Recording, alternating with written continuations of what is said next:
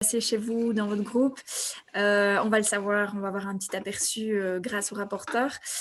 Alors j'invite les rapporteurs on peut commencer par notre groupe, Arnaud et Jean-Louis. On a un tandem, nous, puisque le duo était dual, donc nous avons un tandem pour présenter nos conclusions. Arnaud, je ne te vois pas, tu es prêt? Oui, Ah, j'ai voilà, fait mon petit résumé à côté pour essayer de rien oublier. Donc Parfait. voilà, donc la proposition, il y a 2 points différents. Il y a d'abord le travail en tant que droit, mais également tous les devoirs qui vont derrière.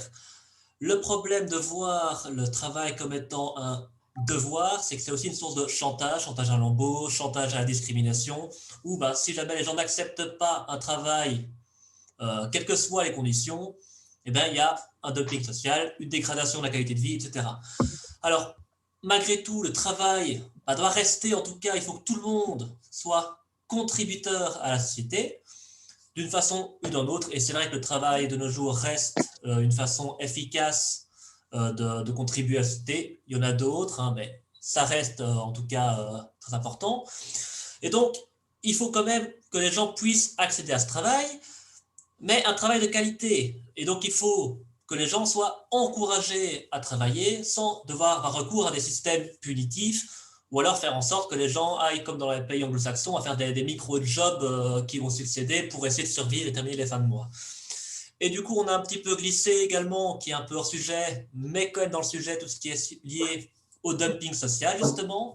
Pourquoi? Parce qu'il faut que le travail paye, il faut que le travail soit rentable, il faut que les gens aient envie de travailler pour pas que ça soit uniquement quelque chose de punitif. Et donc le travail doit être toujours rentable, là clin d'œil évidemment le revenu universel, hein. Mais en général, il faut revoir la fiscalité en Belgique pour que la Belgique ne soit plus à la fois un enfer fiscal et un paradis fiscal pour d'autres. Revoir la fiscalité, faire en sorte que le travail soit rentable pour qu'il y ait vraiment aussi un appel et un besoin, enfin, un désir des gens pour travailler, et, et en même temps que cette envie de travailler soit alimentée, il faut également offrir effectivement ce droit à chacun de participer à la société. Voilà. Est-ce que j'étais clair et complet? Comme de l'eau de roche. Je compléterai juste 2 ou 3 éléments. Donc, il y a vraiment eu un débat éthique, si on veut, la question de savoir si le travail doit être un droit ou un devoir. C'était quelque chose qui est pas mal revenu et qui est une question fondamentale parce que la question sous-jacente, c'est aussi de savoir si le chômage doit être un droit ou un devoir. Parce que, évidemment, étant donné que la Belgique est l'un des rares pays en Europe où les allocations de chômage sont illimitées dans le temps, il y a eu pas mal en fait de discussions. On regardait un peu ce qui se voyait en France, en Angleterre. On prenait une perspective plutôt européenne et on est arrivé dans le constat que la Belgique est assez particulière. Il y a aussi il y aura sans doute aussi des mentalités qui sont évidemment plutôt réticentes à perdre ce qu'ils considèrent être un droit. Et donc il y a aussi la question, et ça aborde une thématique qui est pas mal importante pour Arnaud, qui est la question de l'allocation universelle, pour aussi voir si il y a d'autres types d'activités qui pourraient être valorisées sans être un travail salarié. Donc ça, c'est évidemment des questions qui reviennent. Il y a aussi la question évidemment de la liberté de choisir un travail et la liberté de pouvoir travailler plus ou gagner plus, qui est importante. Mais c'était évidemment des questions importantes avec pas mal de réflexions intéressantes qui méritent d'être explorées. Voilà.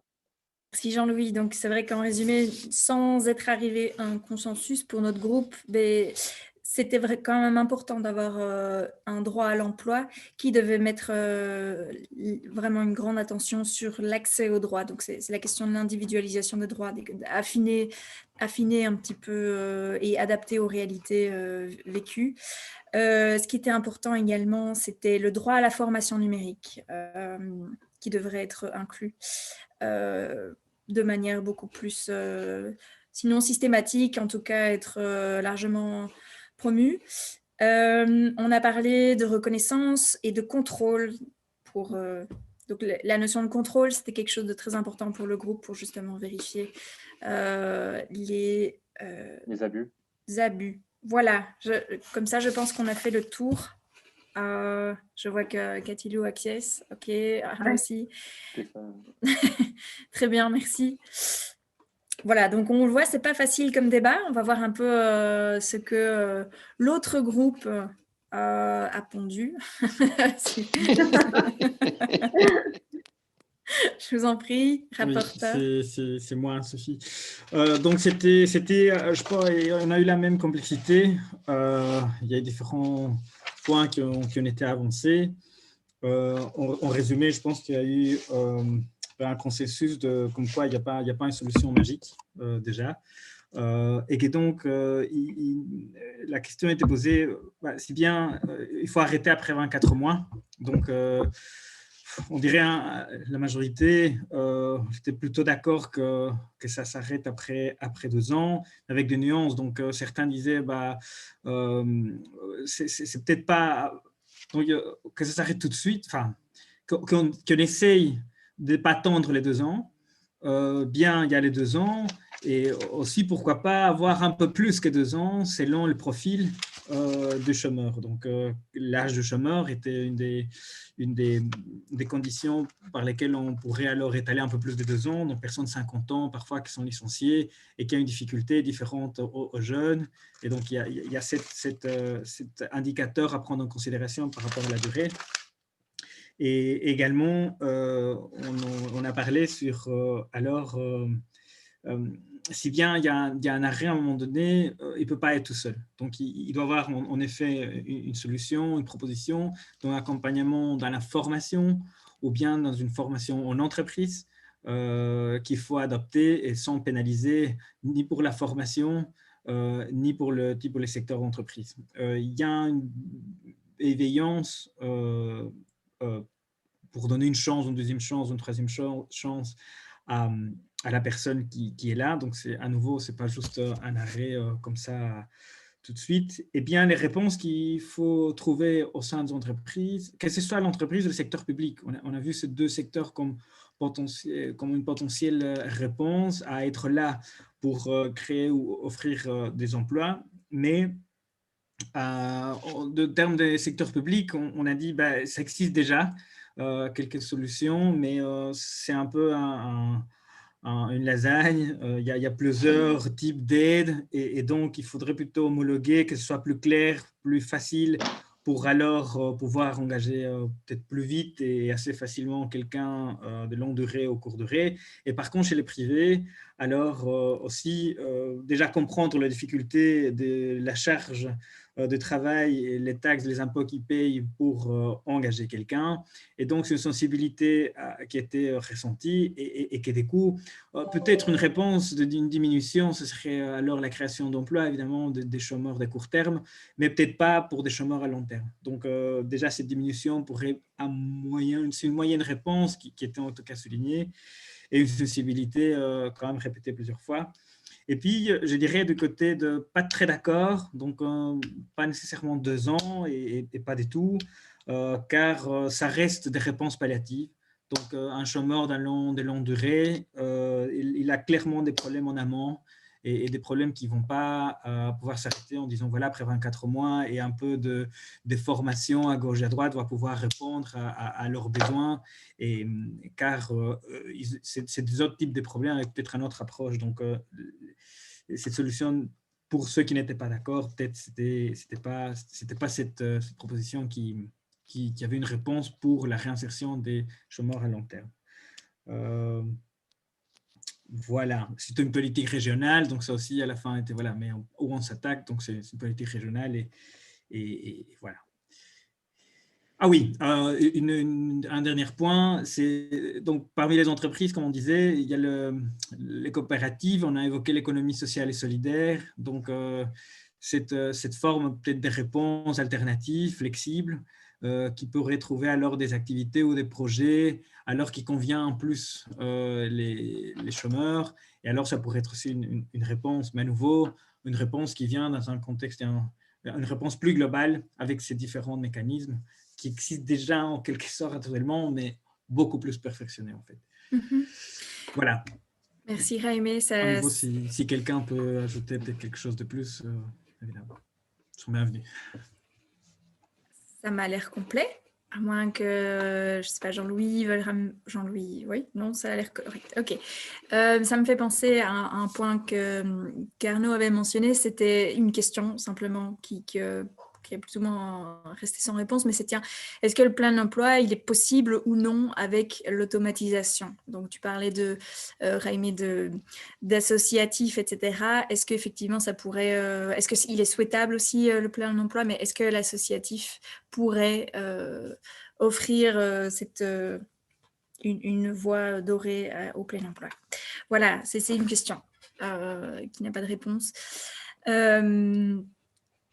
Voilà, en tout cas, merci d'avoir participé, d'avoir donné de votre temps, de vos arguments pour discuter avec nous de ces ateliers.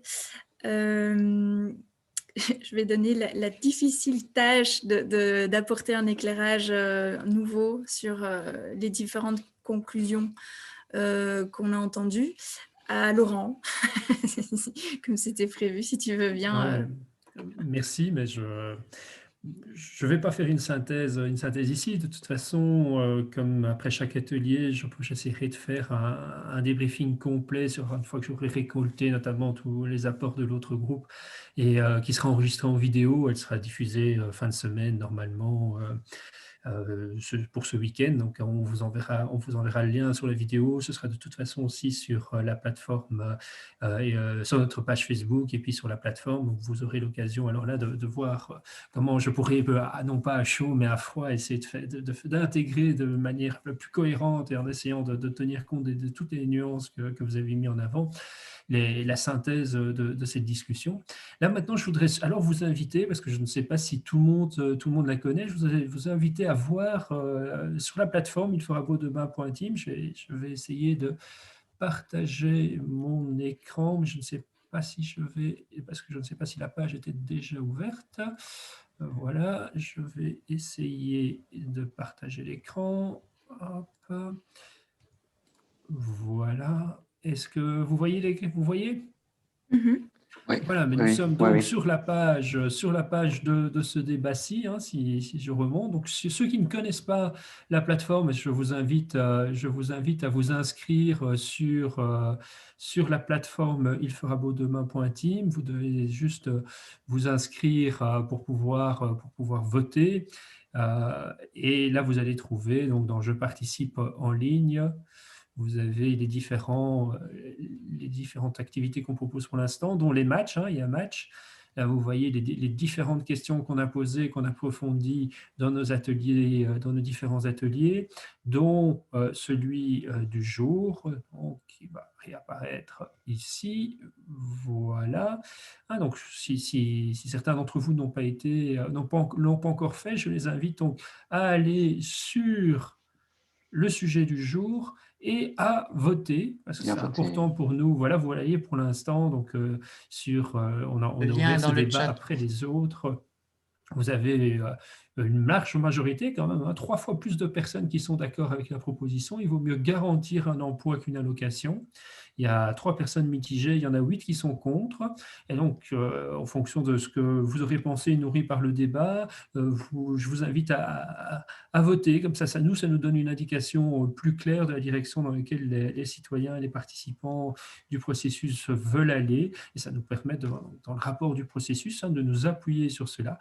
Vous avez également la possibilité de mettre ici des arguments. Nous essayerons d'ailleurs de faire une synthèse des principaux arguments qui ont été dits aujourd'hui. Et d'ici la fin de la semaine, vous verrez apparaître un pseudonyme atelier citoyen qui se correspondra à l'apport du jour. Donc, on mettra les arguments pour, les arguments contre, comme ça, le processus est transparent et les personnes qui n'ont pas participé directement à l'atelier peuvent voir ce qui a été dit ou les principales idées. Vous avez également la possibilité de voter pour les arguments que vous allez trouver intéressants ou pas dans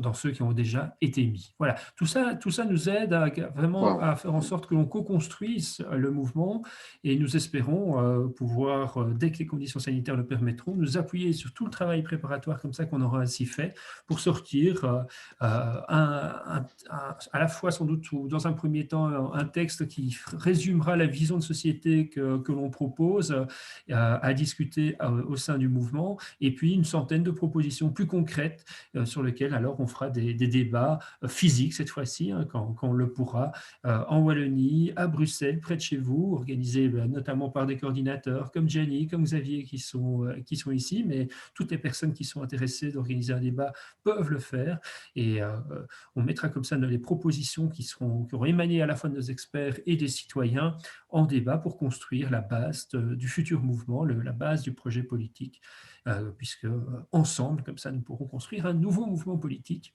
qui aura été co-construit avec chacun d'entre vous. Voilà, je vous remercie pour votre participation, je pense qu'avec toute l'équipe, et je compte sur vous pour aller voter, nous donner des indications de la direction dans laquelle vous souhaitez que nous allions. Avec plaisir. Voilà. Est-ce que, oui, si je peux t'interrompre avant de vous dire au revoir. Donc Anne-Sophie a mis un petit message dans le chat. C'est nous, en tant que CPCP, comme on crée ces formats, on essaye de faire de la modération et d'améliorer à chaque fois.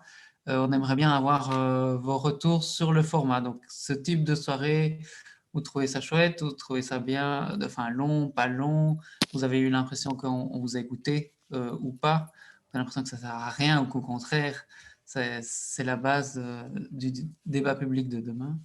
Donc, tous vos commentaires, si vous prenez maintenant 10 secondes pour mettre quelque chose dans le chat, pour nous, c'est vraiment, ça nous apporte beaucoup. Si vous voulez faire un commentaire plus long, vous pouvez nous envoyer un mail par la suite, mais bon, en général, ça marche mieux dans le chat. Voilà.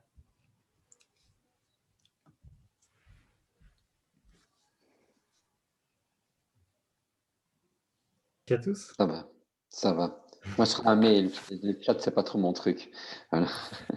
D'accord, merci beaucoup en tout Ou cas. une lettre, hein, un courrier. Pardon?